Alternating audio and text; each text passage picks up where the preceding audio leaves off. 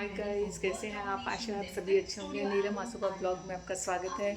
और मैं आई हूँ आज यहाँ पे शॉपर स्टॉप, और थोड़ा सा यहाँ पे दिख रही हूँ किस तरह की किस वैरायटी के कपड़े हैं। तो वैरायटी तो बहुत अच्छी है यहाँ की, इतना तो कहना पड़ेगा मुझे कि शॉपर स्टोर में कपड़े बहुत अच्छे हैं। इस पे ये कहना चाह रही थी आपको कि जो गुड़गांव के अंदर जो शॉपर स्टॉप है, ये जो बहुत ही प्यारी ड्रेसेस है यहाँ पे। अगर आपको भी वेस्टर्न ड्रेस या इंडियन जो भी ख़रीदना हो तो आप एक बार चॉपर स्टॉप जरूर विजिट करें। इसमें मेरा कोई लाभ नहीं है, मुझे अच्छी लगी तो मैंने आपको बता दी है, न कोई ये किसी तरह का ये ऐड है। हाय गाइस, तो हम आए हैं यहाँ पे पार्लर में, और यहाँ पे पार्लर की ये हालत है कि यहाँ पे इतनी ज़्यादा केमिकल की स्मेल आ रही है तो बर्दाश्त नहीं हो रही है। तो हम लोग पार्लर आए हैं और यहाँ पर हमें मास्क मिला है जिससे हम थोड़ा सा बचाव कर सकते हैं। जबकि चंदा ने तो नहीं लिया है, चंदा को ज़रूरत नहीं लगी और मैंने लिया है। गाइस, मेरा तो मास्क लगाते दम घुटने लगा है। वो बात अलग थी कि कोरोना टाइम में हम मास्क लगा के रख लेते थे, तो उस टाइम हमारी वो ऐसी आदत हो गई थी कि हम मास्क लगा के बर्दाश्त कर लेते थे। अभी मास्क लगाते ही दम घुटने लग गया मेरा तो बस यहाँ पे हम बैठे हैं, चिंतन का चल रहा है हेयर वॉश, और हम यहाँ पे वेट कर रहे हैं। आज कलश स्थापना हुई है, लक्ष्मी जी गणेश जी की स्थापना की है, नए घर में प्रवेश किया है। यहाँ पे अन्नपूर्णा माँ की पूजा हुई है, वो खुल जाएगा। चिंतन ने किया है, नंदी महारानी ने किया है। यहाँ अन्नपूर्णा माँ की पूजा हुई है। यहाँ पे देखिए नज़ारा कुछ इस तरह से, थोड़ा ऊपर आ गए हैं इसलिए नीचे का नज़ारा हम आपको इस तरह से दिखा पा रहे हैं कि बादल देखिए, और ये कैसे बादल यहाँ पे घटा घोर हो रही है क्योंकि मौसम भी अच्छा है और दिन भी अच्छा है, और आज प्रवेश भी हुआ है। वाह, क्या मौसम है! आलू की सब्जी बनने वाली है। तो अभी हम बात करते हैं चंदा से। मैं ना स्कूल चल रहा है बच्चों का, यहाँ छोटे छोटे नन्हे नन्हे बच्चे यहाँ पढ़ाई कर रहे हैं, और ये स्कूल है और ये तेज़ बारिश है, और हमारे यहाँ पे बालकनी में भी पानी आ रहा है। गजब की बारिश हो रही है, मज़ा आ गया। मौसम को देख के तो बहुत ही अच्छा लग रहा है। गाइस, मैं आपसे ये कह रही थी, हाय गाइस तो मैं थोड़ा ज़्यादा ही बोलती हूँ, पता नहीं मुँह पे ऐसे ही आ गया है, तो अब मैं चेंज करने की कोशिश करूँगी। तो मैं बताना चाह रही थी आपको कितनी तेज़ हवाएं चल रही है, वो मैं इसको पौधे के माध्यम से दिखा रही हूँ। और इतनी तेज़ हवाएं चल रही है, घनघोर घटा छा रही है, और बारिश तेज़ बारिश हो रही है। आशा करती हूँ आप सबके भी यहाँ बारिश हो रही होगी, आप खूब लुत्फ़ उठा रही होंगी, और ऐसे में कुछ स्पेशल हो जाए तो आप लोग क्या बना रहे हैं ज़रूर बताएं मुझे। तो आपके यहाँ बारिश हो रही है ना हो रही, कमेंट बॉक्स में ज़रूर बताएं। आज का दिन मंडे का दिन है, सावन सोमवार है और शिव जी का दिन है, और आज सबसे बड़ी बात है निधि का गृह प्रवेश भी हुआ है।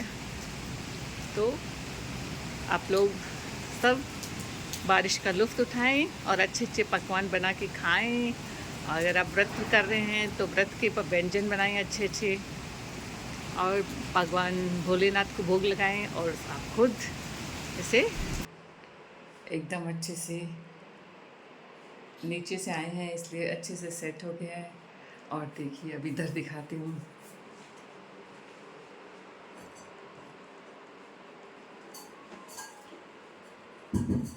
इधर क्रॉकरी जमा दी है,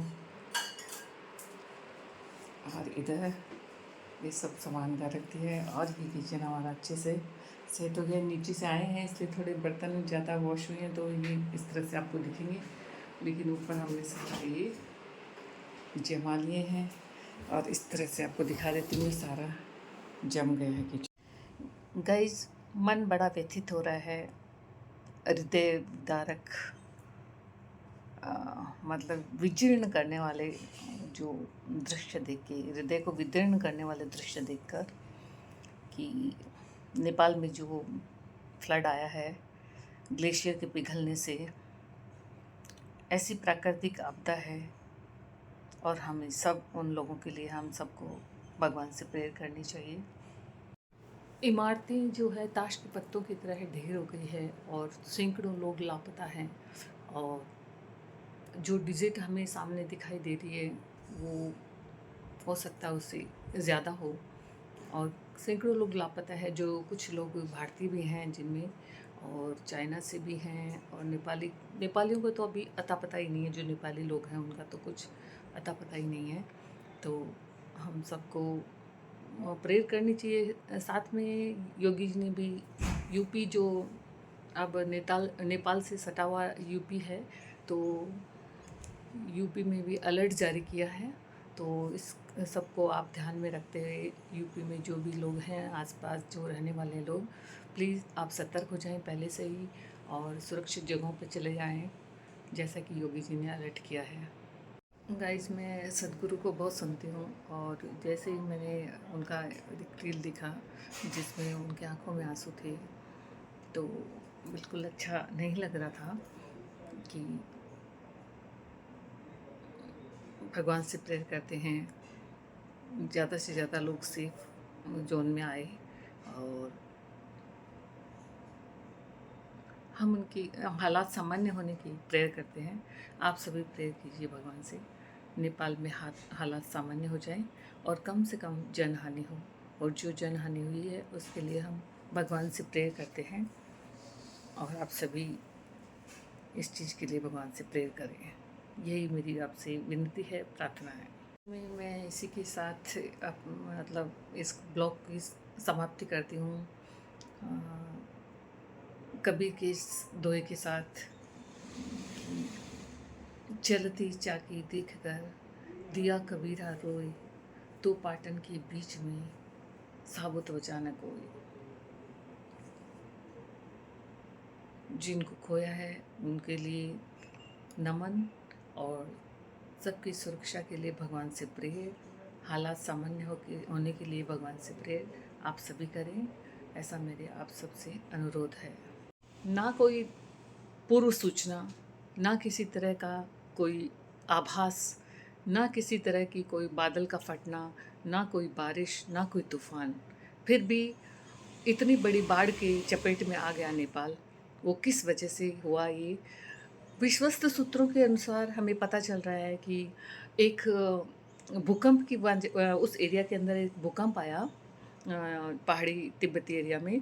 तो भूकंप आने की वजह से ग्लेशियर टूट गया, और जब बर्फ़ का ग्लेशियर टूट के नीचे गिरा, तो वो जो धीरे धीरे बर्फ़ पिघलने लगी, और उसकी वजह से इतना बड़ा सैलाब का रूप ले लिया।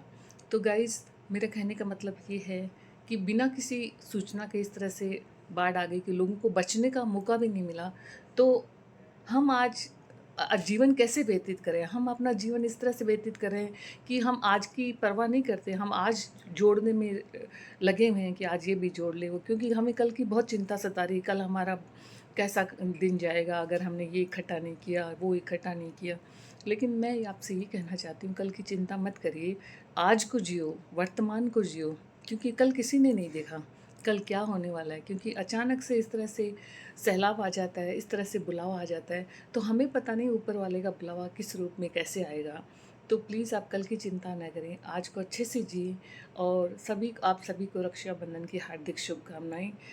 काश उन भाइयों को जिन्होंने अपनी बहनों को खो दिया, और उन बहनों को जिन्होंने अपने भाइयों को खोया है, उनके लिए मेरी बहुत बेहद मेरी हमदर्दी है, और मैं उनके लिए प्रेयर करती हूँ कि उनको भगवान इतनी ज़्यादा हिम्मत और साहस प्रदान करे।